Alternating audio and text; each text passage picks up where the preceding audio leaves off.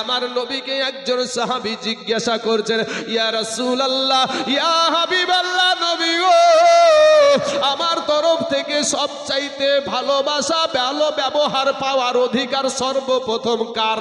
বলে তোমার জনম দুঃখিনী মার। দ্বিতীয়বার বলছেন, ইয়া রাসূলুল্লাহ, ইয়া হাবিবাল্লাহ, নবী গো, এরপরে আমি কার সেবা করব? নবী বললেন তোমার মা জননীর। তৃতীয়বার বলছেন, ইয়া রাসূলুল্লাহ, ইয়া হাবিবাল্লাহ, নবী গো, এরপরে আমি কার সেবা করব? বলে তোমার মা জননীর সেবা করো। চতুর্থবার বললেন, নবী গো, এরপরে কার? বলে তোমার আব্বা জানের সেবা করো। পরপর তিনবার বললেন মায়ের কথা, আর একবার বললেন চারবারের বেলাতে বললেন যে তোমার আব্বার সেবা করো। এখানে মায়েদেরকে সম্মান বেশি দেওয়া হয়েছে না কম দেওয়া হয়েছে গো চাচা? বেশি দেওয়া হয়েছে। এরপরও এদের স্লোগান কি? সমান সমান। এরা বলছে সমান সমান, তো এদেরকে যেহেতু এখানে বেশি দেওয়া হয়েছে, বেশি দেওয়া হয়নি তো বেশি দেওয়া হয়েছে, এরা বলছে সমান সমান নিব। চলেন, আমাদের সমাজে বিবাহ পড়ানো হয়, আমরা বিয়ে করি, তো আমরা বিবাহিত যারা পুরুষ আছি তারা আমরা সবাই জানি আমাদের সমাজে একটা দেলমোহর বাঁধা হয়, হয় না কথা? দেলমোহর বাঁধা হয়। এই দেলমোহরের টাকাটা কার হক? মেয়ের হক। এই দেলমোহরের টাকাটাই যদি বাবাজি ওই নারীটা যদি কোটিপতিও হয়ে যায়, এই দেলমোহরের টাকাটা থেকে বাড়াতে বাড়াতে ছোট আস্তে আস্তে আস্তে আস্তে বাড়াতে বাড়াতে যদি কোটিপতিও হয়ে যায়, এরপরেও তার স্বামীর কোনো হক ওই টাকাতে নাই, ওই টাকাতে তার স্বামীর হক নাই। কিন্তু বিয়ের দিন থেকে নিয়ে স্বামী যত টাকা ইনকাম করবে, হাজার হাজার করুক, লাখ লাখ করুক, কোটি কোটি করুক, সব টাকায় বিবিটার হক আছে না নাই? হ্যাঁ ভাই, হক তো আছেই রে ভাই। এই তার সাথে সাথে ওই মেয়েটার বাপের বাড়ি থেকে যত বাবাজি একেবারে পেঁচা বলেন ভালো বলেন যত মানুষ আসুক না কেন, সবগুলা খরচ করবে কে? স্বামীটা। নামে এই মহিলাটা, স্বামীটা। হ্যাঁ, তাহলে এখানে ওকে খালাস, এদিক থেকে ওরা পার। এরপরও বাবাজি শোনা, এই মহিলারা সেই নবীকে, সেই ইসলাম ধর্মটার উপরে দাঁড়িয়ে থাকতে রাজি না। বা খালা গো, আপনাদেরকে বলবো মা ফিরে আসেন, আপনারা আমার কালেমার মা, তওবা করে আল্লাহর কাছে ক্ষমা চান। আল্লাহকে বলেন, আল্লাহ জীবনে যা গুনাহ করেছি আল্লাহ গো আর জীবনে করবো না। এ বাপ, আমরা শুনেছি জাহান্নাম জাহান্নাম জাহান্নাম, এটা শুনে থাকি, কিন্তু আমার নবী বলছেন যদি একটা বার কেউ যদি কবরের আযাব দেখতে পেত, মানুষ মরে যেত তারপরও মানুষকে কবরে দিত না, মানুষকে কবরে নামাতো না। এত কঠিন আযাব বাবা। জাহান্নামের আগুন 1 বছর পুড়ায়া 1000 বছর পুড়িয়ে জাহান্নামের আগুনের রং হয়েছে লাল, তারপরে আবার 1000 বছর আগুনকে পুড়িয়ে জাহান্নামের আগুন হয়েছে আপনার সাদা, এরপরে আবার 1000 বছর পুড়িয়ে এই জাহান্নামের আগুন হয়েছে কালো কুৎসিত। ওই অবস্থাতে এখন আছে। এই সীসার মতন যদি একটা আসমান ফুটা করে যদি দুনিয়ার জমিনে জাহান্নামের আগুন ফেলে দেওয়া হয়, এই জাহান্নামের আগুনের আত্মসে সারা দুনিয়াবাসী মারা যাবে। এত কঠিন আযাব বাবা, মরণ অত সহজ না বাবা। ভাই গো, আমি বলবো যে আপনারা 5 ওয়াক্ত নামাজ পড়েন, আল্লাহকে ডাকেন।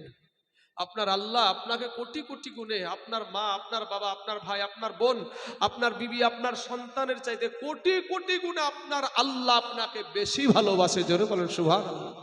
আপনারা বলবেন কেমন করে তা হয়? এটা কি করে হয়? যতক্ষণ সকালবেলায় ঠান্ডার টাইমে আমরা সকালবেলাতে ভাটাই যাই, ইটের ফার্মা যতক্ষণ না চালাই ততক্ষণ পর্যন্ত পেটে খাবার হয় না। আর মৌলভী সাহেব আপনি বড় বড় লেকচার দিতে বসে আছেন। আমি বলবো বাপ গো, ওরে আমার নওজোয়ান যুবকেরা, তুমি যখন মায়ের পেটে ছিলা তখন তো তুমি জীবিত ছিলা, তুমি তো মরা ছিলা না। মায়ের পেটে নড়াচড়া করে না, করে না বাপ? মায়ের পেটে নড়াচড়া করে, তাহলে বোঝা যায় মায়ের পেটে জীবিত আছে। আর জীবিত থাকার জন্য বাবা খাবারের প্রয়োজন হয়। এই মায়ের পেটে খাবার কে দিল? মুসলমান ভাই না গো চাচা, মনে হয় মমতা ব্যানার্জি বা নরেন্দ্র মোদীর খাদ্য সুরক্ষার কার্ড মায়ের পেটে দিয়েছিল। বুঝলেন না? হ্যাঁ হ্যাঁ বাবাজি শোনা, আমার যুবক ভাইয়েরা, তুমি ভাবো যে আমি খাটলে না খাটলে তোমাকে খাটার শক্তিটা দিল কে? তোমার খাটার শক্তিটা দেখো, তোমার মতন কত যুবক বেশি দূরে না, তোমার ডোমকুল হসপিটালে যাও, তোমার মতন কত মানুষ মরণ যন্ত্রণায় কাতরাচ্ছে, কত মানুষ যন্ত্রণা ছটপট ছটপট করছে, তুমি আজ সাবে শরীর নিয়ে এখানে বসে আছো, এতেও আল্লাহর শুকরিয়া আদায় করো না ভাই? যে কোনো মুহূর্তে আল্লাহ তোমাকে তোমার দেহ থেকে প্রাণ পাখিটা নিতে পারে না বাপ? হ্যাঁ, আজরাইলকে একটা ইশারায় যথেষ্ট, আজরাইলকে একটা ইশারায় যথেষ্ট। এই খাঁচার ভিতরে যে পাখিটা আছে, এই পাখিটা বেরিয়ে গেলি সব শেষ। ওরে আমি খাঁচা তুমি পাখি, থাকো আমার ভিতর, এই হঠাৎ কইরা উইড়া যাইবা না দিয়া খবর, হঠাৎ কইরা উইড়া যাইবা না দিয়া খবর, অচিনপুর ঠিকানা তোমার যাই অচিনপুরে, আর শূন্য খাঁচা পইড়া রহিবে আমার মাটির ঘরে। আমরা মিশে কেন যতন কইরা বানাইলাম বাসর, আমরা মিশে কেন যতন কইরা বানাইলাম বাসর, এ হঠাৎ কইরা উইড়া যাইবা না দিয়া খবর। এই পাখিটা বের হয়ে গেলি শেষ পাখি।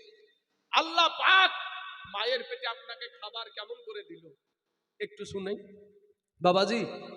আপনারা আমরা যারা বিবাহিত পুরুষ আছি এখানে, আমরা সকলেই জানি আমাদের বিবি, আমাদের মা, আমাদের বিটির মাসে মাসে তারা অসুস্থ হয়। কথা বলেন ঠিক না বেঠিক? মাসে মাসে 13 বছর বা 12 বছর 14 বছর বয়সে এই অসুখটা জন্ম নেয়। এরপরে বাবাজি এই অসুখটা ধারাবাহিকভাবে চলতেই থাকে, চলতে চলতে হঠাৎ বিবাহ হয়ে গেল।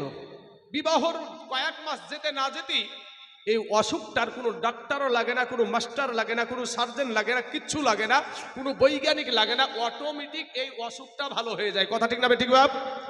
আচ্ছা, এবার ভালো হয়ে গেল, কোথায় গেল, বিষয়টা কি, ব্যাপারটা কি, অসুখটা গেল কোথায়? এই অসুখটারে বাবা আমার আল্লাহ বলে, বান্দা রে আমি তোকে বড় ভালোবাসি রে বান্দা, আমি তোর আল্লাহ, তোকে আমি বড় আদর করে সৃষ্টি করেছি রে বান্দা, আমি তোকে সুঠাম করে সৃষ্টি করেছি রে বান্দা। ওরে বান্দা, আমি আল্লাহ তোকে দুনিয়ার জমিনে প্রবেশ করাবো, তুই মা জননীর পেটের ভিতরে কি খেয়ে বেঁচে থাকবি এটা দুনিয়ার কোনো মুখ্যমন্ত্রী ভাবে না, দুনিয়ার কোনো প্রধানমন্ত্রী ভাবে নাই, দুনিয়ার কোনো জজ ব্যারিস্টার ভাবে নাই। আমার আল্লাহ বলে আমি আল্লাহ সেটা আগে থেকেই ভেবে রেখেছি। জোরে বলেন সুবহানাল্লাহ। আগে থেকে বলতে কি 13 বছর 12 বছর আগে থেকে অসুখ শুরু হয়ে গেছে। এই অসুখটা, এই খুনটা, এই রক্তটা আমার আল্লাহ পাক বাচ্চার নাভির সাথে সেট করে, মায়ের নাড়ির সাথে সেট করে দিয়ে ওই রক্তটাকে বাচ্চার শরীরে পুশ করে দিয়া বাচ্চাকে মায়ের গর্ভে জীবিত রাখে। জোরে বলেন সুবহানাল্লাহ। ভাই সেই মাকে কষ্ট দিস না ভাই, মায়ের কত রক্ত তোমার জন্য ঝরেছে তুমি বুঝতে পারো নাই। যুবক, যাদের ছোট্ট অবস্থায় মা মারা যায়, বাবা মারা যায়, তাদের দিকে একটু নজর করে দেখো যে সেই সন্তানগুলা কি অবস্থায় বড় হয়। যাদের বাবা নাই মা নাই, এই বাচ্চাগুলা কত কষ্টে যে বড় হয়, একটু চিন্তা করে দেখো তাদের দিকে তাকিয়ে। আজ তোমার বাবা মাকে তুমি ভালোবাসো না, বাবা মার জন্য একটু দোয়া করো না, বাবা মার জন্য একটু দান খয়রাত করো না। ওরে মুসলমান ভাই, কবে জানি কবরে চইলা যাবা ভাই। মা যদি থাকে দুনিয়াতে বেঁচে, আজকের রাত্রিবেলায় যেয়ে মার কাছে ক্ষমা চাও ভাই, যে মা গো আমি তোমার সন্তান ভুল করে ফেলেছি। দুনিয়ার কেউ ক্ষমা না দিলে তোমার মা তোমাকে ক্ষমা করবে। কথা বলেন ঠিক না ঠিক? হ্যাঁ, মা ক্ষমা করে দিবে। বাবাজি, কালনাকানি সাপ একাটা থাকতে পারে, কালনাকানি সাপ একাটা থাকতে পারে। এমন একটা সোশ্যাল মিডিয়াতে দেখলাম যে বাচ্চাকে মারিয়ে ফেলেছে মায়ে।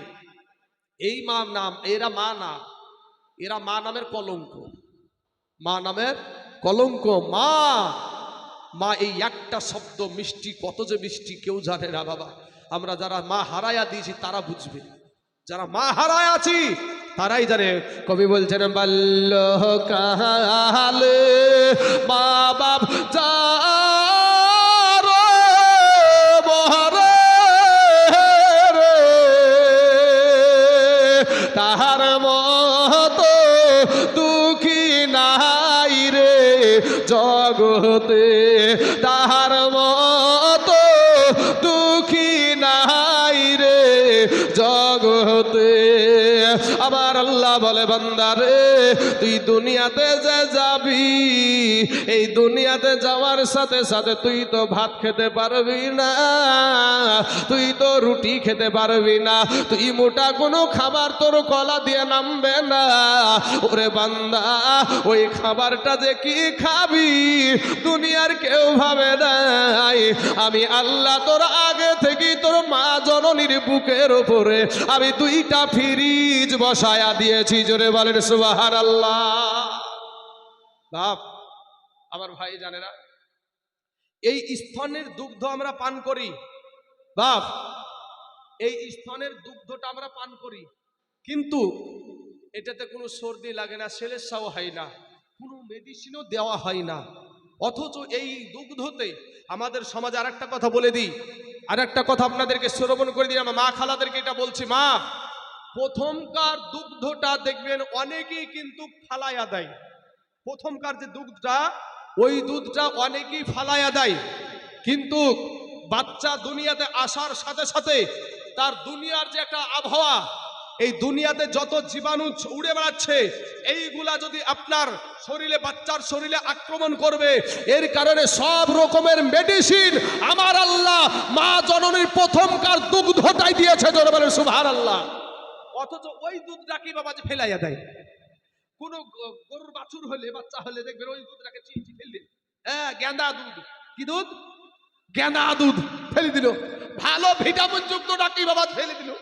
হ্যাঁ আল্লাহ বুঝার তো আজকের পর থেকে মায়ের আপনারা জেনে নিলেন, এই দুগ্ধটা আল্লাহ পাক মেডিসিন দিয়ে এই প্রথম দুগ্ধটা বাচ্চার মুখে দিবেন। মা খালারা কোনো সময় এই ভুলটা করবেন না। সোনা মানিক আমার যুবক ভাইরা, তবে বাপ শোনা আমি আপনাদেরকে বলি, এই যে আমরা স্তনের দুগ্ধটা খাই, এখানেও দেখেন আল্লাহর কেমন কুদরত।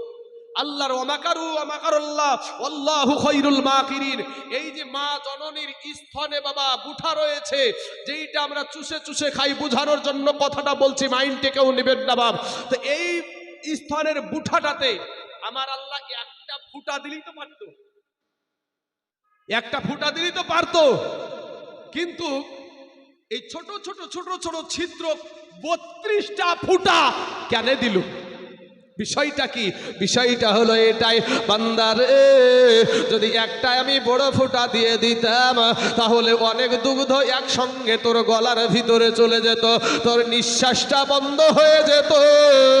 ওরে বান্দা তুই মারা জাতি রে বান্দা, আমি তোর আল্লাহ, তোর যাতে কোনো রকমের অসুবিধা না হয় রে বান্দা, এর জন্য আমি ছোট ছোট ছোট ছোট আমি ছিদ্র আমি করে দিলাম।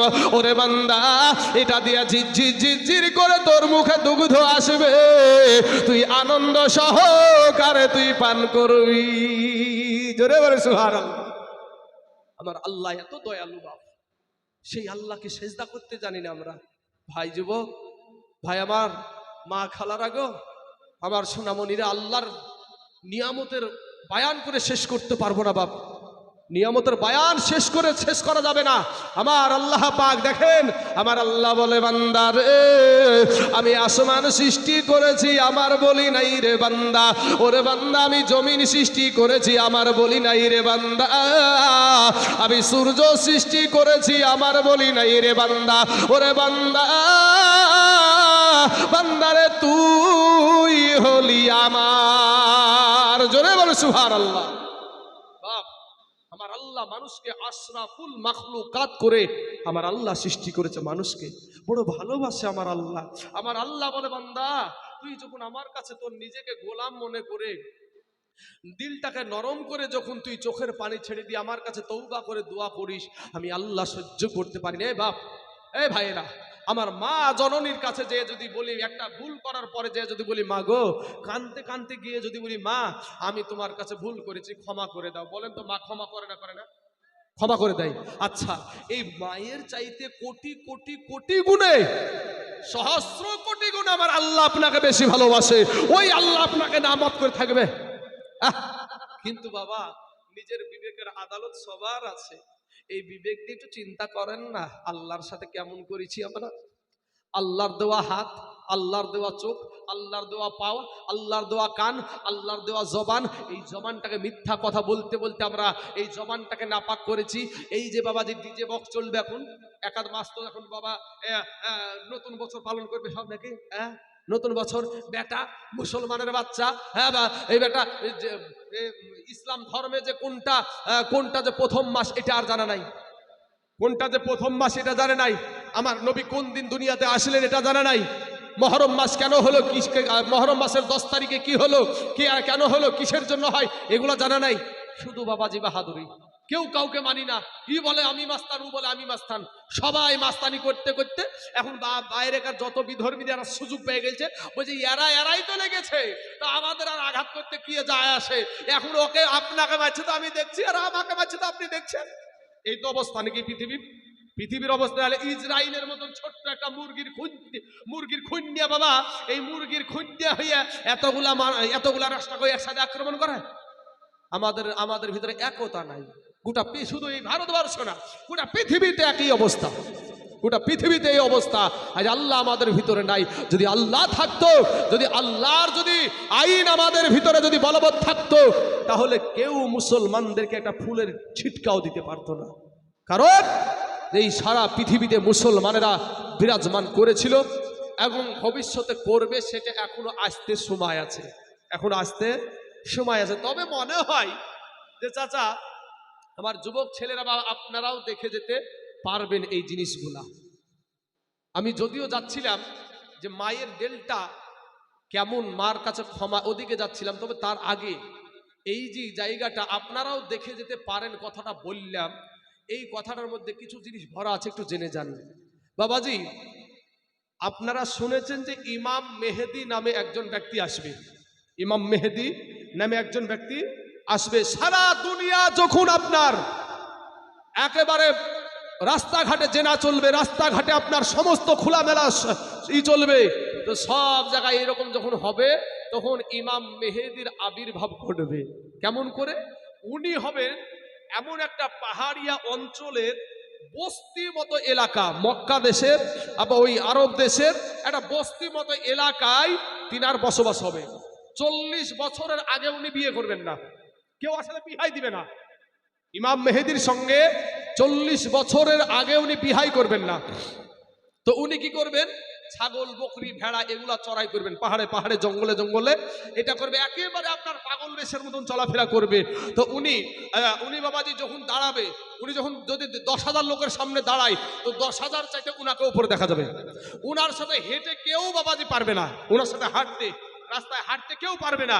আর উনার কথা সবচাইতে উনার লক্ষণ হলো তুতলা হবে। কেমন তুতলা? মানে এটা আল্লাহরই দেওয়া, আল্লাহ উনাকে ওইভাবেই সৃষ্টি করবেন। তো উনি যখন কথা বলতে যাবে, কথা যখন বেঁধে যাবে, তখন আপনার এখানে আঘাত করবে। কারণ যে কথা কেন বের হয় না, কথা কেন বেঁধে যায়, এই জন্য এই ইমাম মেহেদি এখানে আপনার আঘাত করবে। এরপরে বাবাজি ইমাম মেহেদি থাকতে থাকতে চলে আসবে আপনার সেই একচোকালা, যার নাম হলো আপনার দাজ্জাল। এই দাজ্জাল আসার পরে 40 দিন গোটা দুনিয়াতে, 40 দিনের ভিতরে তিনি ঘোরাফেরা করবে এই দাজ্জাল। এই দাজ্জাল যখন 40 দিনে গোটা পৃথিবীটা উনি ভ্রমণ করে ফেলবে। তো ভ্রমণ করার সাথে সাথে যদি বাবাজি জাগাতি মানুষের সম্মুখী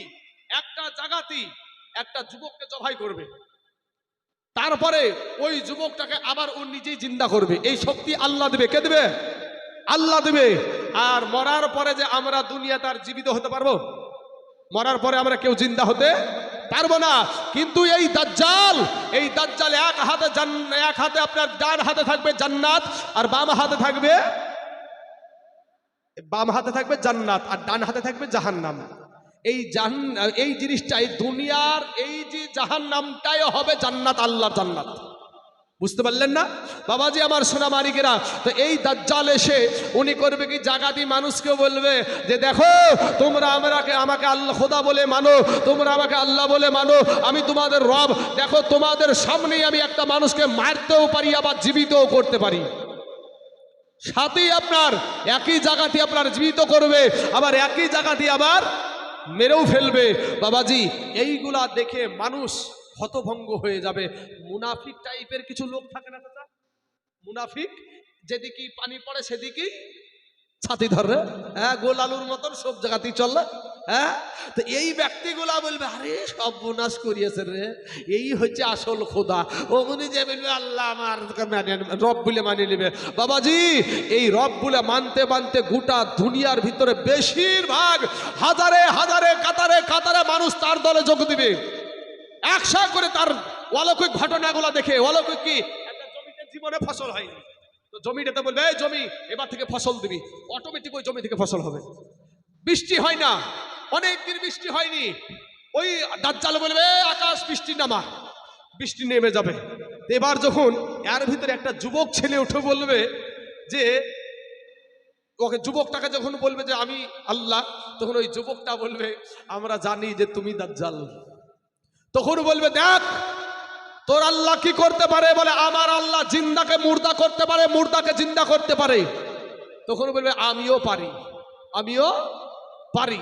ওই ছেলেটাকে ওখানেই বাবাজি চালিয়ে দিবে, ওখানেই মেরে ফেলবে, জাগাতে মেরে ফেলে আবার জীবিত করবে।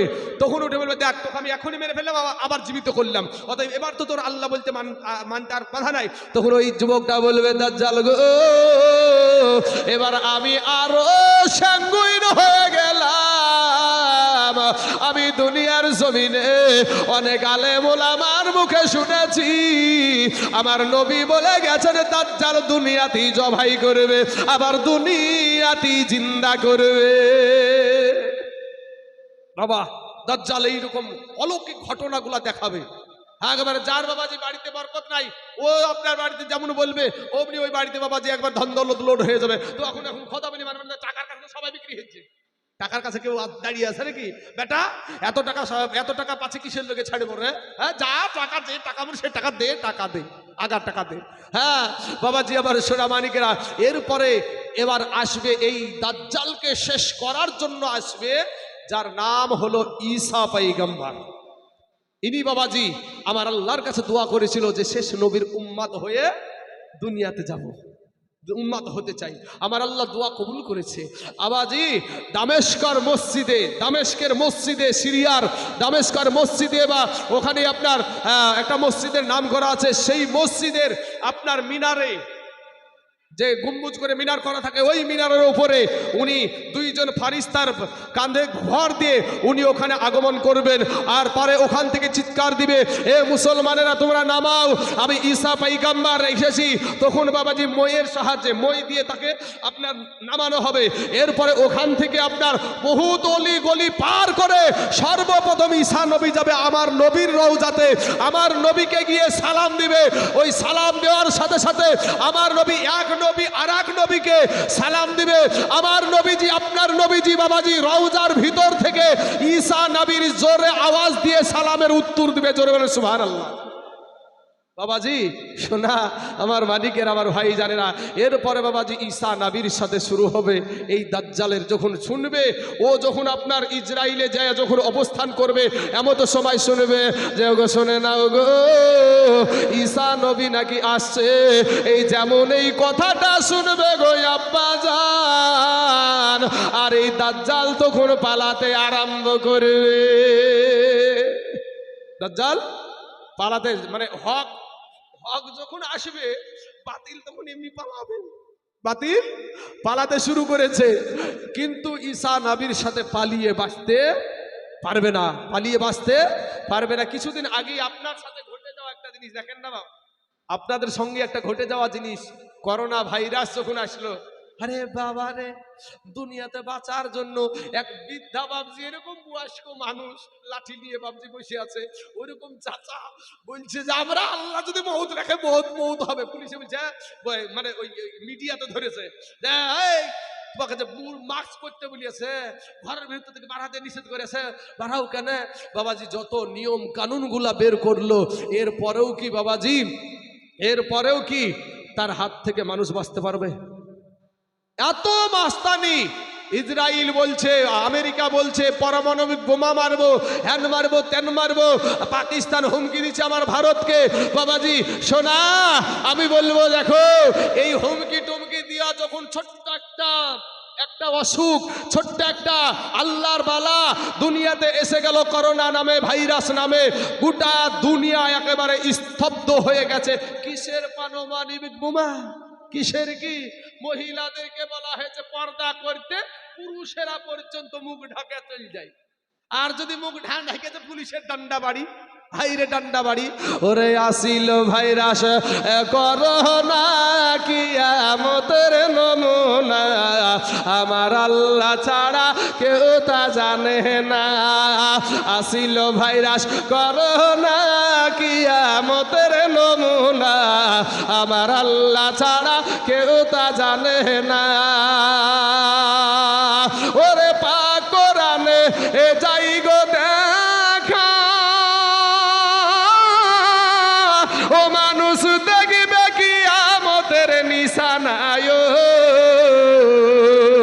সংকটে পড়িবে মানুষ, সংকটে পড়িবে মানুষ, কেউ তো কারো হবে না, আমার আল্লাহ ছাড়া কেউ তা জানে না। মিলাইয়া নাও ভাই, আমার আব্বা আমার ভাই কেরালার জমিনে আছে রে ভাই। ও যুবকেরা, যাদের জন্য দুনিয়াতে এত মেহনত করো, এত কষ্ট করো, তো শরীরের ঘাম বের করো রে ভাই, তুমি যখন কেরালার জমিনে ছিলা, এমন সুবাদে লকডাউনের আওয়াজ আসতে পারে না, অনেক যুবক কান্নাকাটি শুরু করে দিল। ও পশ্চিম বাংলার মুখ্যমন্ত্রী গো, আমাদেরকে নিয়ে যাওয়ার ব্যবস্থা করেন গো মুখ্যমন্ত্রী। এরা যে কোনো ভাবে যখন বাড়িতে আসলো, সরকারি আইন হয়ে গেল না, একে বাড়িতে ডাইরেক্টলি উঠানো যাবে না, বাড়িতে নেওয়া যাবে না, আগে থেকে প্রাইমারি স্কুলে 14 দিন কাটাও। বিবিকে এত মুহাব্বত করো, বিবি বলে না আমার কাছে শোয়া হবে না, আগে তুমি 14 দিন কাটিয়ে এসো। মা পাশে নাই না, বাবা নাই না, ভাই নাই না, বোন নাই না, বিবি নাই না, সন্তান নাই না, 14 দিন কাটাতে হলো আপনার প্রাইমারি স্কুলে। এরপরে বাবাজি বাড়িতে আসে। এরে মুসলমান, আপনারাও চিনবেন একটা জায়গা বাবা, কুমারপুর বইলা একটা জায়গা, এই নটিয়াল কুমারপুরটা আপনারা চিনেন বাবা, অনেকেই চিনেন। এই নটিয়াল কুমারপুরের জমিনে মাস্টার ডাক্তার এত টাকাওয়ালা ব্যক্তি, কোটি টাকার মালিকের বাবা। এরপরে তার বিবির যখন বাবা করোনা ভাইরাসে মারা গেল, ওই মাস্টারের এত টাকা, এত মোহাব্বতের বিবি, এত ভালোবাসার বিবি, বিবি মারা গেছে, বিবির শরীরে হাত দিতে রাজি না। বিবিকে বাবা ওই আপনার কি বলে, অন্ধ বাবা না কি বলে, কি গো ঠেলা টিপ জিসিবি দিয়ে বাবাজি একবারে বুলডোজার দিয়ে কবরে জমাইয়া দিল। বাইরে টাকার বাহাদুরি কইর না, আমার আল্লাহর গোলাম হইয়া যাও।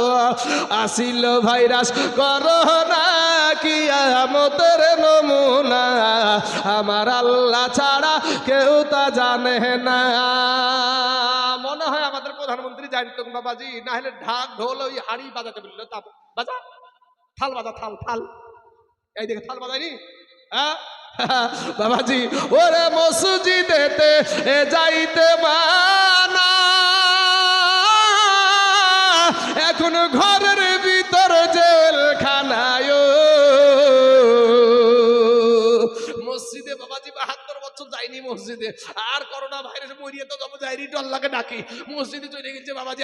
পুলিশে এসে বুঝতে পেরেছেন, দেয় পাছার উপর আর চাকচাকের দরে আর দৌড়ছে রে বাবা রে, কত আল্লাহ হয়ে যায় তখন।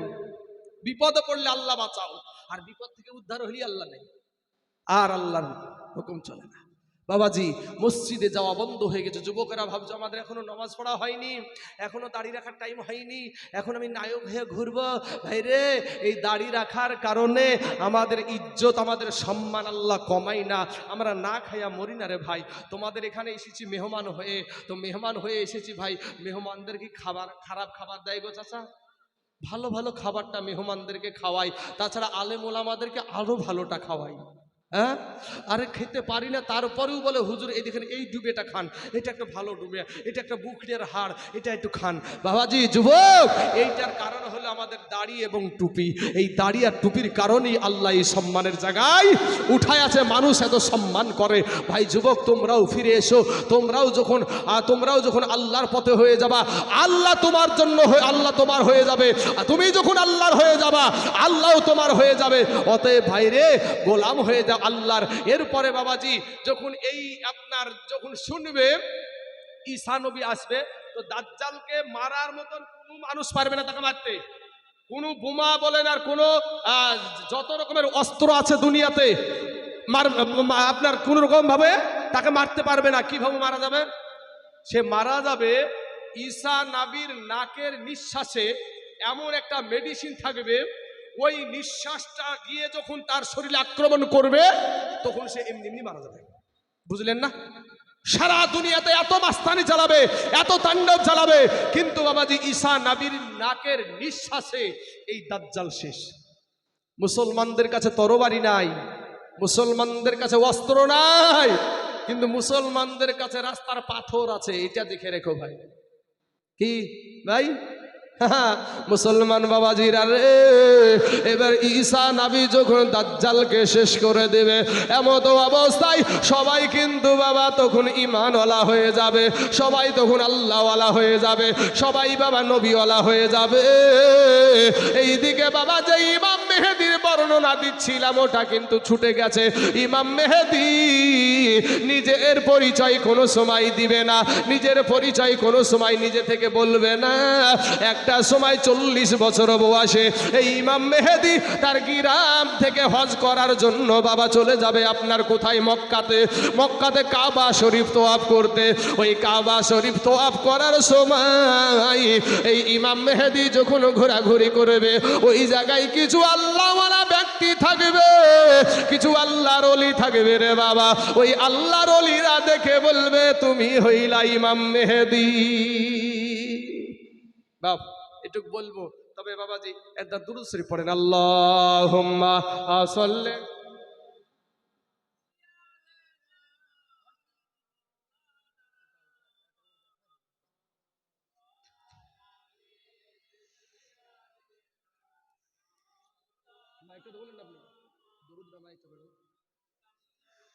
আলা মুহাম্মাদিন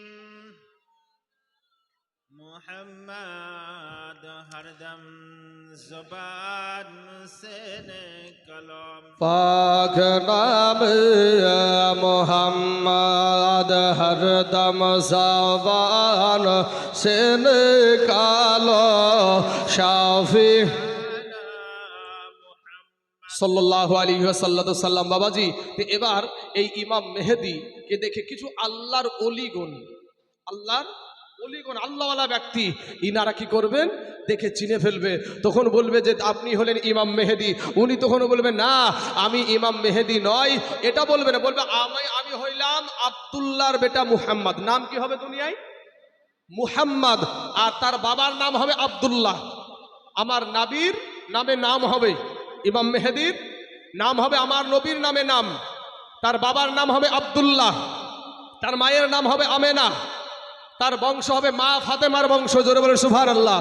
নবী বংশের মানুষ হবেন উনি, নবী বংশের মানুষ হবেন উনি। এখন বলবেন আপনারা যে নবী বংশের মানুষ এখনো আছে নাকি?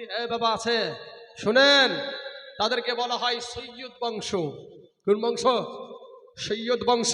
সৈয়দ বংশ যদি এখানে এসে যায়, আমার জন্য বসা বাবাজি আর চলবে না। বুঝলেন না? আমার জন্য একটা সৈয়দ বংশের যদি একটা মানুষ যদি বাবাজি আপনার ওই মাঠের মুনিশও খাটে, তারপরেও তাকে সম্মান করতে হবে, ইজ্জত করতে হবে, কারণ আমার নবীর বংশের সন্তান। তখন তারা কোথায় ছিটাছিটি হয়েছিল?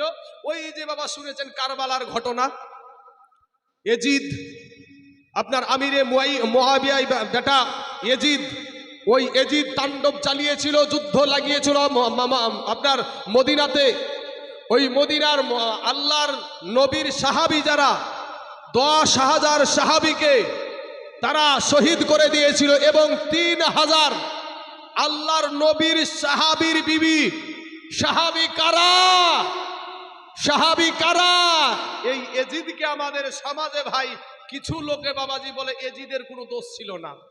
এজিদের কর্মকাণ্ডটা কি এখানে দেখেন। এবার এজিদের কর্মকাণ্ড দেখেন মদিনা মনোয়ারাতে। কোথায়? আমার নবীজির রওজা যে জায়গায় আছে, আমার নবীজির রওজা মুবারক যেখানে, ওখানে বাবা তাণ্ডব চালালো আমার নবীজির সাহাবীর বিবি।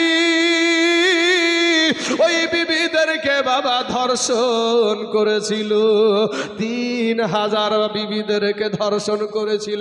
এটা খুব ভালো কাজ নাকি গো চাচা? হ্যাঁ, আল্লাহু আকবার, আল্লাহু আকবার। তাদের পক্ষে যারা হয় তাদের পক্ষে আমরা না, আমরা হলো আমাদের নবীর পক্ষে, ইমাম হোসাইনের পক্ষে। জোরে বলেন সুবহানাল্লাহ। আমরা ইমাম হোসাইনের পক্ষে, আমরা নাবির পক্ষে। বাবারি শোনা, এরপরে বাবাজি এই জায়গা থেকে যখন তাণ্ডব চালাইয়েছিল, তখন যে যেদিক দিয়ে পারে তখন সে সেদিক দিয়ে নিজের আত্মকে গোপন করে তারা বেঁচেছিল।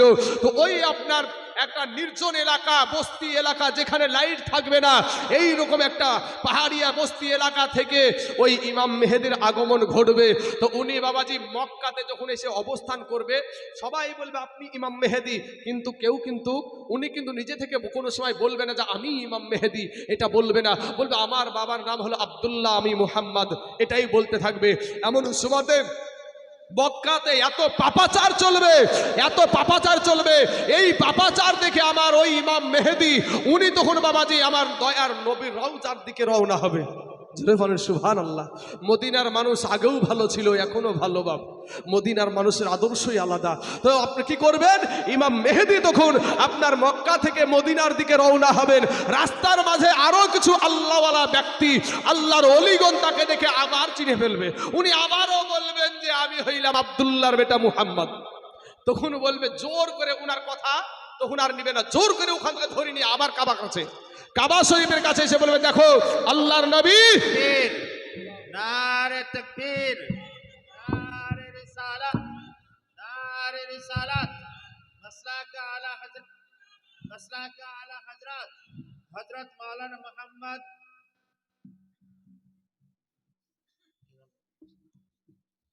गुलजार हसन, गुलजार अली मिसबाही साहेब, हजरत मौलाना मुफ्ती गुलजार अली मिसबाही साहेब, नारे तकबीर, नारे रिसालत, दीन इस्लाम, दीन इस्लाम। বাবাজি আমার সোনা মানিকরা বসেন।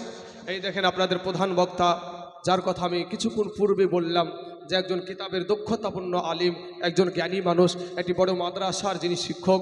বাবাজি টান্টো এখানের ওনার বাড়ি কিন্তু এই এলাকায় নাই, একেবারে উত্তর দিনাজপুর হেন্দাবাদ থানা, যেখানে যদি সকালবেলায় আপনি 7টার সময় এখানে চাপেন, ওখানে পৌঁছাবেন রাত 7টার সময়। কটার সময়? কারণ আমি আপনাদের দেশের ছেলে হতে পারি, এলাকার ছেলে হতে পারি। আমার বাড়ি হলো রানীনগর থানা, রানীনগর থানা, গ্রামের নাম হলো মুন্সিপাড়া। তো আপনাদের এই ডোমকুল থানা, রানীনগর থানা পাশাপাশি থানা। তো বাবাজি তাহলে বোঝা যায় যে আপনাদেরই সন্তান আমি নাকি। তো বাবা ইনি কিন্তু বাবাজি সেই উত্তর দিনাজপুর, এটাটুকু রাস্তা না। ওনার দেশে আমরা যাচ্ছি, আমাদের দেশে ওনারা আসছে, বুঝতে পেরেছেন? তো উনি আপনাদের আজকে মেহমান, প্রধান মেহমান। আর বক্তাকে বসিয়ে রাখা আমার, এটা কিন্তু আমার পেশা না বাপ, ওই কাজ আমার দ্বারাই নাই। তবে আমি একটা কথা বলি বাবাজি, এই ইমাম মেহেদি যখন বাবাজি সবাই যখন বলে ফেলবে যে ইনি হলেন, মানে নবীজি যে সমস্ত বায়ানগুলো আগে ভবিষ্যৎবাণী করেছে ইমাম মেহেদি সম্পর্কে, সেগুলা যখন সব মিলে যাবে, এই কাঁধ থেকে নিয়ে, চোখের ভুরু থেকে নিয়ে, তিনার আপনার উঁচার দিক থেকে নিয়ে, তার চেহারার দিক থেকে নিয়ে নবী যত বায়ান করেছে সবগুলো যখন মিলে যাবে, তখন সব এক বাক্যে বলবে ইনি, আপনি হলেন ইমাম মেহেদি। তখন তারপরে উনি স্বীকার করতে রাজি না, আমার আল্লাহর তরফ থেকে গাইবি আওয়াজ হবে ইনি হলেন ইমাম মাহদি, ইনি হলেন জমিনে এখন খালিফা। জোরে বলেন সুবহানাল্লাহ। বাবাজি এই ইমাম মেহেদি এইভাবে বহির্প্রকাশ হবে। বাবাজি আমার সোনা মালিকরা, আমরা যদি ওই ইমাম মেহেদির সাথে যদি কোনো রকম ভাবে যদি সেই আমাদের জামানায় যদি আসে, আপনারা ইমাম মেহেদির পক্ষে দাঁড়াবেন না দাজ্জালের পক্ষে? ইমাম মাহাদির পক্ষে। সবাইকে যেন আল্লাহ পাক যেন আমাদেরকে সেই ইমাম মাহাদিকে দেখে যাওয়ার মতন সুযোগ দেয়, সবাই বলেন আমিন। এরপরে বাবা যে আরো ঘটনা আছে, এরপরে ইয়াজুজ মাজুজ বলে একটা বাহিনী বের হবে, ওদের সাথে কেউ লড়াই করে পারবে না। আরে বাবা রে, সুবহানাল্লাহ। তো ওই দিককার ওয়াজ আর টানবো না, বক্তা হাজির হয়ে গেছে। সুবহানাল্লাহ। বাবাজি, আমার নবীর মহাব্বতে, আমার নবীর প্রেমে একটা দুইটা কলি একটু নাচ শরীফ বলি। তোমাকে দেখিতে মনে চায় গো নবীজি, তোমাকে দেখিতে মনে চায়, তোমাকে দেখিতে মনে চায় গো নবীজি, তোমাকে দেখিতে মনে চায়। নবী ওই না মরুর দেশে আইলো মানব বেশে, নবী ওই না মরুর দেশে আইলো মানব বেশে, এ কোন সাধনে পাইল আব্দুল্লাহ গো নবীজি, তোমাকে দেখিতে মনে চায়, তোমাকে দেখিতে মনে চায় গো নবীজি, তোমাকে দেখিতে মনে চায়। বাইরে বহনের যত পশুগণ ভক্তি করে নাবির দুই চরণ, সর্প এসে বাতাস করে গায় গো নবীজি, তোমাকে দেখিতে মনে চায়, তোমাকে দেখিতে মনে চায় গো নবীজি, তোমাকে দেখিতে মনে চায়। এতক্ষণ আপনাদের সম্মুখে আমি আলোচনা করলাম, বাপ আমার জবান দ্বারা যদি কে কষ্ট পেয়ে থাকে